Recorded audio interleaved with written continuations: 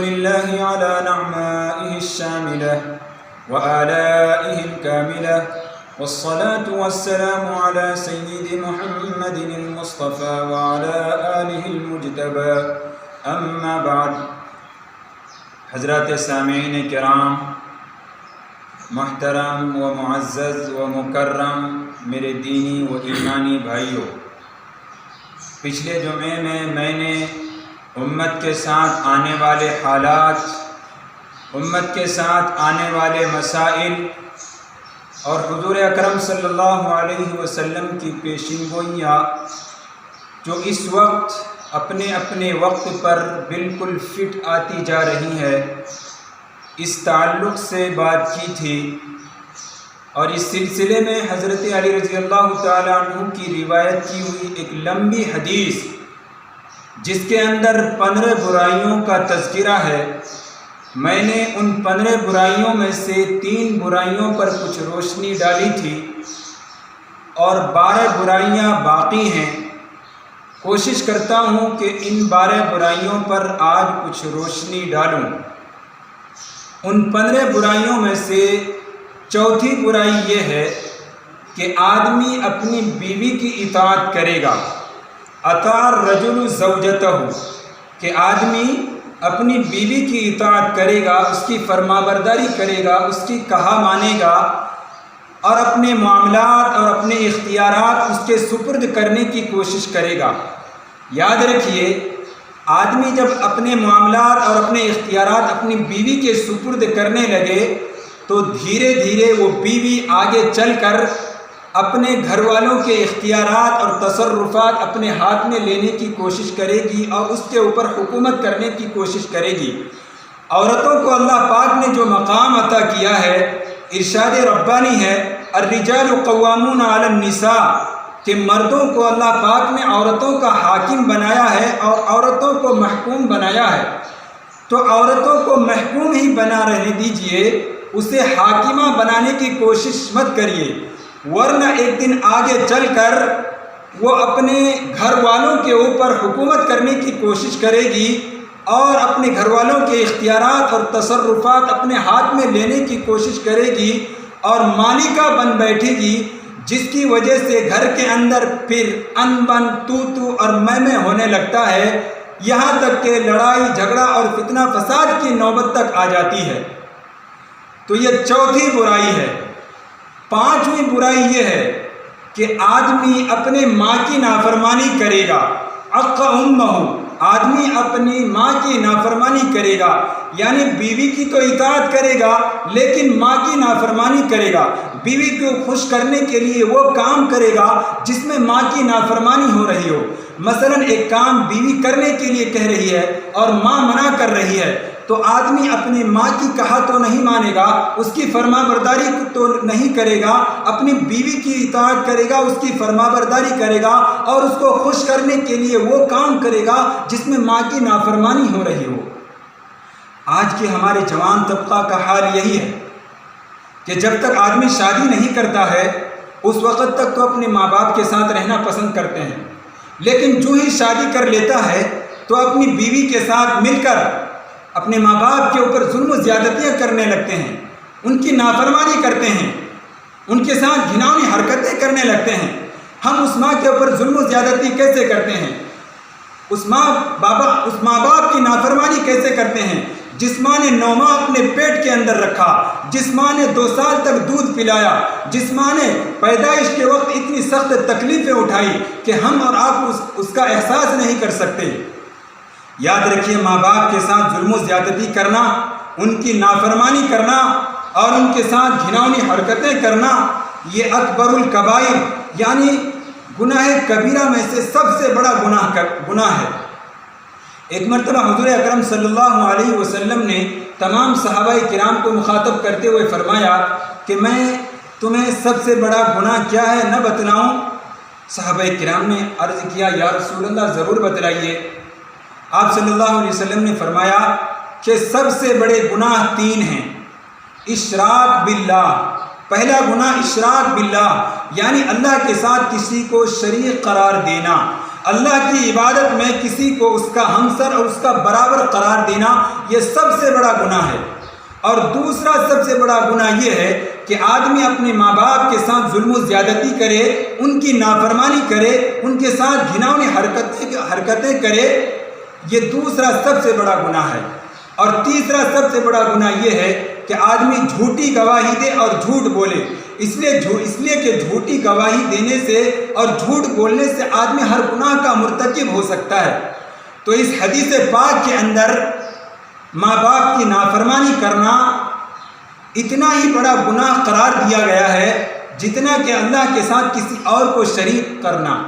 اس کی عبادت میں کسی کو ہمسر قرار دینا جتنا بڑا گناہ ہے، اتنا ہی بڑا گناہ ماں کی نافرمانی کرنے کو کہا ہے۔ چھٹی برائی وبر صدیقہ، کہ ایک زمانہ ایسا آئے گا کہ آدمی اپنے دوست کے ساتھ خیرخواہی کا معاملہ کرے گا، ہمدردی کا معاملہ کرے گا، اس کے ساتھ اچھائی کا معاملہ کرے گا۔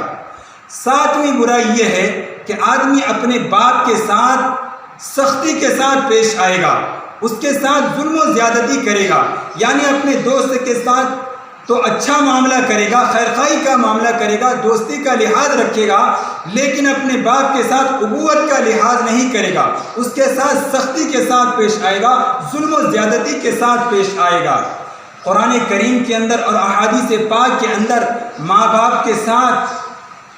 اچھا سلوک کرنے کی بار بار تاکید آئی ہے۔ ہم اس ماں کے اوپر ظلم و زیادتی کرتے ہیں، جب ہمارے ماں باپ بوڑھے ہو جاتے ہیں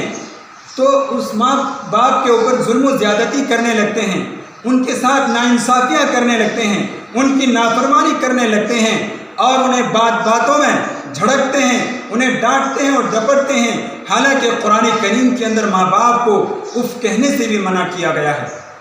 ارشاد ربانی ہے وَقَضَىٰ رَبُّكَ أَلَّا تَعْبُدُوا إِلَّا إِيَّاهُ، اور تیرے رب نے اس بات کا فیصلہ کیا ہے کہ تم اسی اللہ کی عبادت کرو، وَبِالْوَالِدَيْنِ إِحْسَانًا، اور والدین کے ساتھ حسن سلوک کا معاملہ کرو، اچھا معاملہ کرو۔ إِمَّا يَبْلُغَنَّ عِندَكَ الْكِبَرَ أَحَدُهُمَا أَوْ كِلَاهُمَا فَلَا تَقُل لَّهُمَا أُفٍّ،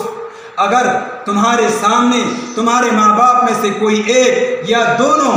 بڑھاپے کی عمر کو پہنچ جائے تو انہیں اف بھی نہ کہنا، فلا تقل لهما اف، تو انہیں اف بھی نہ کہنا، ولا تنہرهما، اور نہیں ان کو جھڑکنا، وقل لهما قولا کریما، اور ان کے سامنے نرم باتیں کرنا، میٹھی میٹھی باتیں کرنا، وقل لهما قولا کریما واخفض لهما جناح الذل من الرحمہ، اور ان کے سامنے اپنی عاجزی کے بازو کو بچھا دینا، ان کے ادب و احترام کے ساتھ پیش آنا۔ وَقُلْ رَبِّ ارْحَمْهُمَا كَمَا رَبَّيَانِي صَغِيرًا، اور ان کے لیے یہ دعا کرتے رہنا کہ اے ہمارے رب ان دونوں پر رحم کا معاملہ فرما جیسا کہ انہوں نے مجھے بچپن میں پالا ہے۔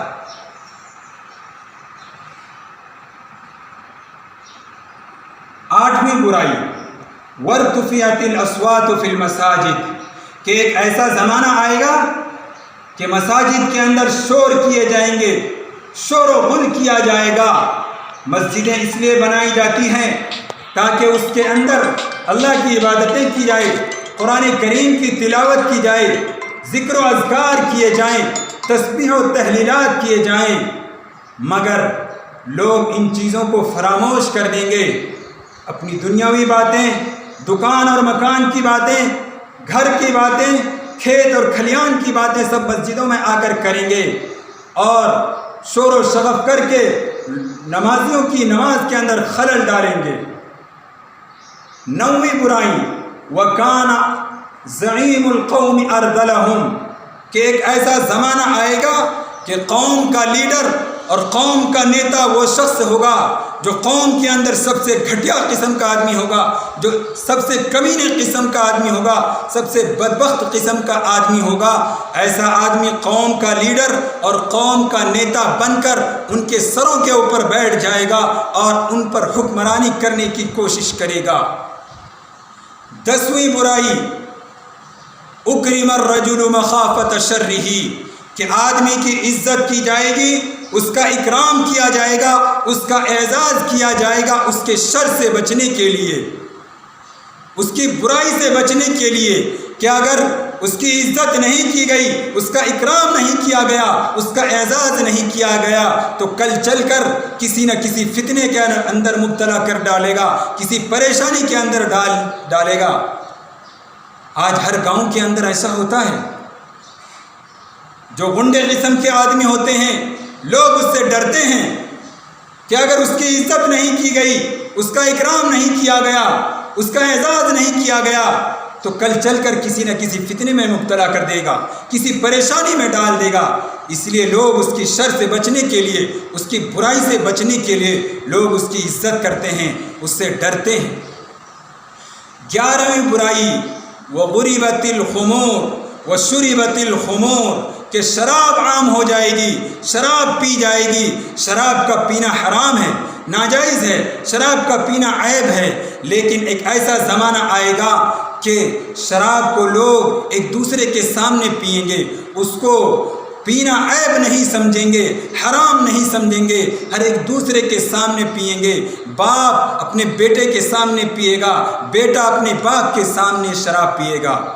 یاد رکھیے حضور اکرم صلی اللہ علیہ وسلم نے شراب کے بارے میں 10 قسم کے لوگوں پر لعنت فرمائی ہے۔ حدیث پاک کے اندر ارشاد ہے، لعن رسول اللہ صلی اللہ علیہ وسلم فی الخمر 10۔ رسول اکرم صلی اللہ علیہ وسلم نے شراب کے بارے میں 10 قسم کے لوگوں پر لعنت فرمائی ہے۔ کیا ہے؟ کون ہے وہ 10 قسم کے آدمی؟ عاصرہ، نمبر 1 عاصرہ، شراب بنانے والے پر لعنت، ومعتصرہ، شراب بنوانے والے پر لعنت، وشاربہ، شراب پینے والے پر لعنت، وحاملہ، شراب منتقل کرنے والے پر لعنت، ایک جگہ سے دوسری جگہ جو منتقل کرتا ہے اس پر لعنت، والمحمولۃ الیہ، شراب جس کے لیے منتقل کیا جاتا ہے، جس کے لیے ایک جگہ سے دوسری جگہ منتقل کیا جاتا ہے اس پر لعنت، وساقیہا، شراب پلانے والے پر لعنت، وبائعہا، شراب بیچنے والے پر لعنت، وآکل ثمنہا، شراب کی قیمت کھانے والے پر لعنت، والمشتری لہا، شراب خریدنے والے پر لعنت، والمشترات لہو، شراب جس کے لیے خریدی جائے اس پر لعنت۔ تو رسول اکرم صلی اللہ علیہ وسلم نے شراب کے بارے میں ان 10 قسم کے آدمیوں پر لعنت فرمائی ہے۔ اللہ تبارک و تعالی ہمیں اس برائی سے بچائے۔ 12ویں برائی وَلُبِسَ الْحَرِيرُ، مردوں کے واسطے ریشم کا کپڑا پہننا حرام ہے، مگر ایک ایسا زمانہ آئے گا کہ لوگ ریشم کے کپڑے پہننا پسند کریں گے۔ 13ویں برائی یہ ہے کہ آدمی اپنے گھروں کے اندر ناچنے گانے والی عورتوں کو رکھنا پسند کریں گے، اور اگر اپنے گھروں کے اندر ناچنے گانے والی عورتیں نہیں ہوں گی تو ان کو کرائے پر لایا جائے گا۔ اور آج کے زمانے میں تو بالکل آسان ہو گیا، ہر ایک کے گھر میں ریڈیو ٹیلی ویژن ہے، اور اس سے بھی آگے بڑھ کر ہر ایک کے پاس ایک جیب والی مشین ہے جسے ہم اور آپ موبائل کہتے ہیں۔ جب بھی جی چاہے، دل چاہے، انٹرنیٹ آن کریے، اور جس عورت کو سننا پسند کرو، جس عورت کو دیکھنا چاہو، جس عورت کا ڈانس اور ناچنا گانا دیکھنا چاہو، انٹرنیٹ آن کر کے دیکھ سکتے ہو۔ 14ویں برائی واتخذت المعازف، کہ ایک ایسا زمانہ آئے گا کہ لوگ اپنے گھروں کے اندر ناچنے گانے کے آلات، لہو و لعب کے آلات، کھیل کود کے آلات، مثلا ڈھول، باجا، بینڈ باجا، ہارمونیم، سارنگی وغیرہ کی آواز سننا پسند کریں گے اور ان کے آلات رکھنا پسند کریں گے۔ اور 15ویں برائی یہ ہے کہ اس امت کے اخیر کے لوگ پہلے لوگوں کو برا بھلا کہیں گے، ان کو لعن طعن کریں گے، ان کو طعن و تشنیع کریں گے۔ چنانچہ آج ہمارے مسلمانوں میں ایک ایسا فرقہ بھی ہے جو پہلے لوگوں کو برا بھلا کہتے ہیں، حضرت امام ابو حنیفہ رحمۃ اللہ علیہ کو برا بھلا کہتے ہیں، اور کہتے ہیں کہ ان کی تقلید کی کیا ضرورت، ہم قرآن و حدیث کو براہ راست سمجھ سکتے ہیں۔ میں ایسے لوگوں سے کہہ دینا مناسب سمجھتا ہوں کہ تم پاخانے کے گڈھے میں جا کر گر تو سکتے ہو، لیکن قرآن و حدیث کو ان کے وسیلے کے بغیر، ان کے واسطے کے بغیر نہیں سمجھ سکتے۔ آج مسلمانوں میں ایک فرقہ یہ بھی ہے،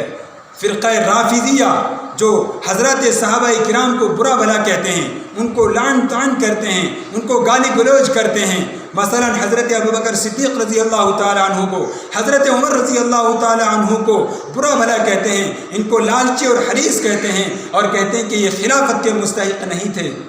تو اس امت کے آخر کے لوگ پہلے لوگوں کو برا بھلا کہیں گے۔ تو جب یہ برائیاں عام ہو جائیں، یہ 15 برائیاں عام ہو جائیں اور ہر ایک کرنے لگیں، تو امت کے اوپر وبائیں، آفتیں، بلائیں اس طرح سے آنا شروع ہو جائیں گی، جس طرح سے تسبیح کا دھاگا ٹوٹنے کے بعد تسبیح کے تمام دانے یکے بعد دیگرے نکل جاتے ہیں، اسی طرح امت کے اوپر وبائیں آئیں گی۔ اور ایک دوسری حدیث کے مطابق یہ ہے کہ فَلْيَرْتَقِبُوا عِنْدَ ذَلِكَ رِيحًا حَمْرَاءَ أَوْ زَلْزَلَةً او خصفاً او قذفاً، کہ جب یہ برائیاں عام ہو جائیں تو اب اللہ کے مختلف عذابوں کا انتظار کرو۔ کبھی اللہ کا عذاب سرخ ہواؤں کی شکل میں آئے گا، جس سے لوگ مختلف قسم کی امراض میں مبتلا ہو جائیں گے اور کھیتی باڑی جل بھن کر راکھ ہو جائے گی، اور کبھی اللہ کا عذاب زلزلے کی شکل میں آئے گا، جس سے علاقہ کا علاقہ تباہ و برباد ہو کر رہ جائے گا، اور کبھی اللہ کا عذاب زمین میں دھس جانے کے ذریعے سے آئے گا، اور کبھی اللہ کا عذاب آسمان سے پتھر اور اولے برسانے کے ذریعے سے آئے گا، اور لوگوں کے اندر بے چینیاں بڑھ جائیں گی۔ اللہ تبارک و تعالی ہم سب کو ان تمام برائیوں سے بچائے اور آفتوں سے، بلاؤں سے ہم سب کی حفاظت فرمائے، آمین۔ وآخر دعوانا ان الحمد للہ۔